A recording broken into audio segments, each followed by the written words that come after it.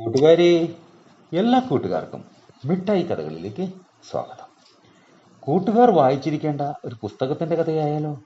കഥയുടെ പേര് ലോകം ചുറ്റാൻ 80 ദിവസം. അവതരിപ്പിക്കുന്നത് മനോജ് കുമാർ പൂളയ്ക്കൽ.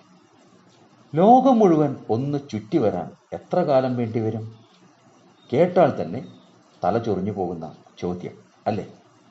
എന്നാൽ ഈ ചോദ്യം മുന്നിൽ വന്നപ്പോൾ ഫീലിയൻസ് ഫോർക്ക് എന്ന ഇംഗ്ലീഷുകാരൻ ധനികന് ആലോചിക്കാൻ ഒന്നുമില്ലായിരുന്നു.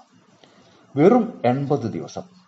ഇങ്ങനെ കൃത്യ ദിവസം വെച്ച് ലോകം ചുറ്റിവരും എന്ന് അദ്ദേഹം സ്വന്തം ക്ലബിലെ ഒരു കൂട്ടുകാരനുമായി പന്തയം വെക്കുകയും ചെയ്തു. വിമാനയാത്രയൊന്നും ഇല്ലാത്ത 19-ാം നൂറ്റാണ്ടിലെ കാര്യമാണ്.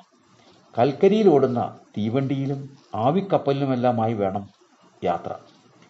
രസകരമായ സംഭവങ്ങളും സാഹസങ്ങളുമെല്ലാം നിറഞ്ഞ ഈ യാത്രയുടെ കഥയാണ് around the world in 18 days പറയുന്നത്. സ്വന്തം ജീവിതത്തിലെ കടുകിട തെറ്റാത്ത കണിശതയിലായിരുന്നു യാത്രയിൽ ഫിലിയൻസ് ഫോഗിന്റെ ബലം.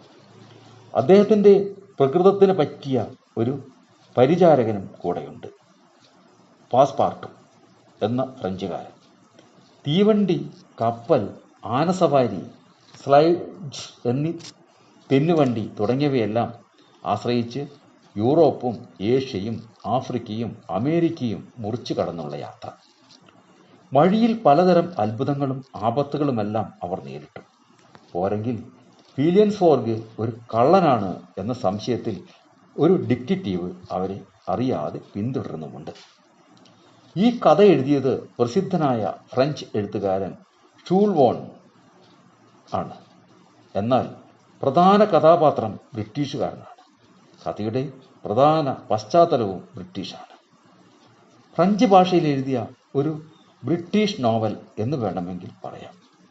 ഇംഗ്ലീഷ് അടക്കം പല ഭാഷകളിലേക്കും വിവർത്തനം ചെയ്തിട്ടുള്ള ലോകപ്രശസ്തമായ പുസ്തകമാണ് around the world in 18 days.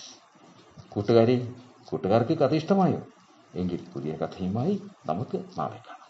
എല്ലാവർക്കും നല്ലൊരു ദിനം ആശംസിക്കുന്നു. Story uncle.